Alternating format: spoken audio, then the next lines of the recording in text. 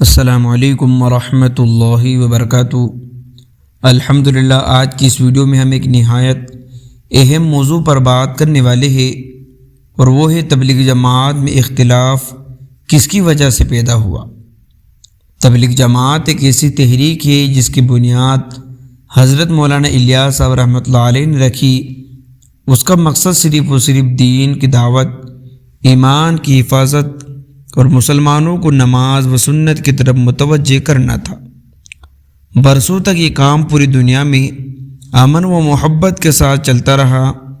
لاکھوں کروڑوں مسلمان اس سے جڑ کر اپنے دین کی طرف واپس آئے، لیکن وقت گزرنے کے ساتھ ساتھ کچھ انتظامی اور فکری اختلافات سامنے آنے لگے۔ اختلاف کی اصل وجہ وجوہات، قیادت کا مسئلہ۔ حضرت جی مولانا الیاس صاحب رحمۃ اللہ علیہ کے خاندان سے قیادت چلتی رہی۔ بعد میں یہ ذمہ داری مولانا صاحب کے پاس آئی۔ کچھ علماء بزرگوں کو ان کے طرز قیادت پر اختلاف رہا۔ نمبر 2، بیانات کے جملے۔ بعض موقع پر مولانا صاحب کے بیانات میں ایسے جملے آئے جنہیں علماء نے غلط یا ناقص تعبیر سمجھا۔ اس پر دارالعلوم دیوبند دیگر اکابرین نے وضاحت طلب کی۔ جماعت کو کسی طریقے سے چلایا جائے، مشورے کیسے ہو، مرکز کہاں ہو، ان امور میں مختلف آراء سامنے آنے لگے۔ یہ بات ذہن نشین کر لی کہ جھگڑا دین یا تبلیغ کے مقصد پر نہیں، بلکہ صرف طریقہ کار اور قیادت کے معاملے پر ہے۔ قرآن و حدیث کی روشنی میں قرآن کریم میں اللہ تعالیٰ نے فرمایا، وَاعْتَصِمُوا بِحَبْلِ اللَّهِ جَمِيعًا وَلَا تَفَرَّقُوا۔